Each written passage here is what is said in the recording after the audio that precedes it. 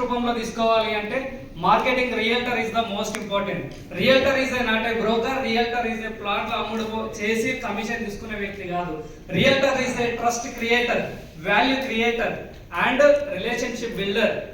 So future advice, ఎక్కడ ఎప్పుడు ఎలా ఇన్వెస్ట్మెంట్ చేస్తే డబ్బులు వస్తాయి అంటే సంపాదించే వాళ్ళందరూ కూడా రిచెస్ట్ కాలే, సంపాదించిన వాళ్ళు సరైన చోట right time right place right investment చేసిన వాళ్ళే సక్సెస్ఫుల్ గా రిచెస్ట్ పర్సన్స్ గా వెళ్తా ఉన్నారు. So come to the point, networking networking networking networking.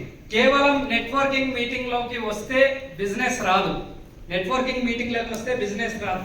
Networking లోకి వచ్చిన తర్వాత కింగ్ అవ్వాలంటే, కింగ్ అనే స్పెల్లింగ్ తో మీకు కొంత ఇన్ఫర్మేషన్ ఇచ్చే ప్రయత్నం చేస్తా తక్కువ టైం ఉండడం వల్ల.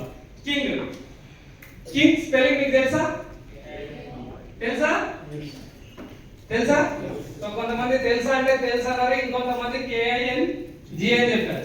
సో ఫస్ట్ మనం మాట్లాడడానికి ముందు వినడం నేర్చుకోవాలి. చాలా వరకు సేల్స్ మిస్ అవ్వడానికి అవకాశం ఏంటి అంటే అడిగిన దానికి కాకుండా 1 మార్క్ క్వశ్చన్ ఇస్తే 10 మార్క్స్ ఆన్సర్ రాసేటువంటి అవకాశం ఉంటుంది. సో సేల్స్ లో it is the most important. Before you speak listen more.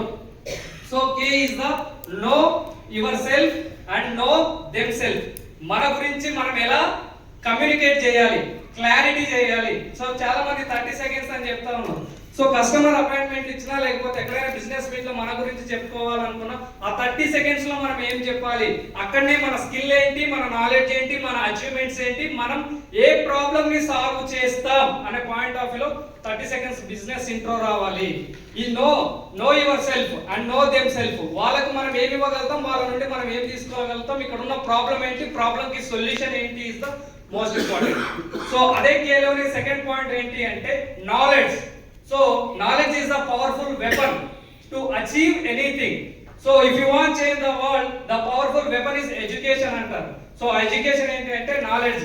ఎప్పుడు ఎక్కడ ఎలా ఏ విధంగా మాట్లాడాలి, ఎంత సమయంలో మాట్లాడాలి, మన ప్రాజెక్ట్ గురించి ఎలా కమ్యూనికేట్ చేయాలి, కమ్యూనికేట్ చేయడం ద్వారా మనం ఎలా కొలాబరేట్ అవ్వాలి అనేది ఇంపార్టెంట్. సో మన నాలెడ్జే మన ఐడెంటిటీని క్రియేట్ చేస్తుంది. సో చాలా మంది రియల్ ఎస్టేట్ అంటారు. So what is the real estate in your prospect? So according my words, real estate is selling and buying, leasing and renting. So చాలా మంది రియల్ ఎస్టేట్ లోకి enter అవుతా ఉన్నారు, విజిటర్ గా కానీ లేకపోతే అలాంటి మోటివేషనల్ స్పీకర్లకు ప్రభావితమై లేకపోతే రియల్ ఎస్టేట్ లో సక్సెస్ అయినటువంటి వాళ్ళ మాటలు విని రియల్ ఎస్టేట్ లోకి ఇండస్ట్రీలోకి వస్తారు. సో రియల్ ఎస్టేట్ అంటే నాలెడ్జ్ తీసుకోవడం మాత్రమే కాకుండా రియల్ ఎస్టేట్ లో మీకంటూ ఒక ఐడెంటిటీని క్రియేట్ చేసుకోవాలి, ఒక సెగ్మెంట్ లో ఫిక్స్ అవ్వాలి. So residential real estate, commercial real estate and agriculture real estate and industrial real estate ఎక్కడ మీరు ఎక్స్పర్ట్ అన్నటువంటిది కూడా మీ 30 సెకండ్స్ ఇంట్రోలో ఎలివేట్ చేయాలి. Elevate yourself, you will get the connections.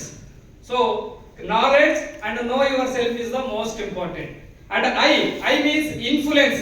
King లో నెట్వర్కింగ్ వచ్చిన తర్వాత ఇన్ఫ్లుయెన్స్ చేయగలిగేటువంటి క్యాపబిలిటీ మీ దగ్గర ఉండాలి.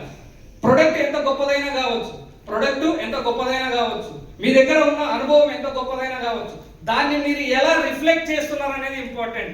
ఇన్ఫ్లుయెన్స్ మనం ఎప్పుడైతే చేయగలుగుతామో, ఇన్ఫ్లుయెన్స్ చేస్తే ట్రస్ట్ బిల్డ్ అవుతుంది. ట్రస్ట్ బిల్డ్ అవుతే బిజినెస్ వస్తుంది. బిజినెస్ వస్తే మనం అనుకున్న ఇన్కమ్ ని మనం తీసుకెళ్ళగలుగుతాం. So identity is the most important. Identity అంటే ఎలా అంటే ఈ మాట చెప్తే ఆయన చెప్పారంటే సరైనదే అన్నట్టు పాయింట్ ఆఫ్ వ్యూ వెళ్ళాలి. సో ఇప్పుడు నెట్వర్క్ ని పర్ఫెక్ట్ గా బిల్డ్ చేస్తున్నారు కాబట్టి నెట్వర్కింగ్ కింగ్స్ అక్కడ కూర్చొని మనల్ని ఇన్ఫ్లుయెన్స్ చేయగలుగుతున్నారు. వాళ్ళు ఒక రెఫరెన్స్ ఇవ్వగలిగితే ఆ రెఫరెన్స్ ఉన్నటువంటి క్యాపబిలిటీ